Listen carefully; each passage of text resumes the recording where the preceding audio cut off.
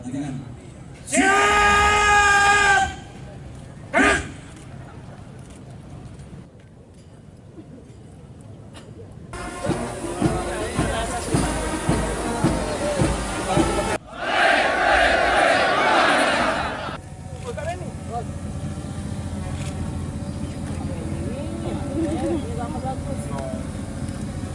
Bocor itu.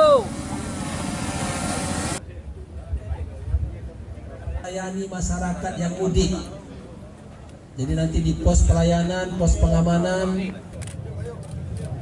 Bawa senjata api laras panjang. Lagi kita sebanyak 200.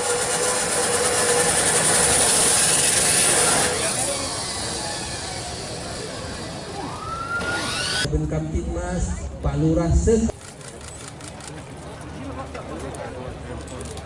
Kembangan dari Sumatera Selatan terungkap di Surabaya. Penetapan dari Kejaksaan Negeri Surabaya barang bukti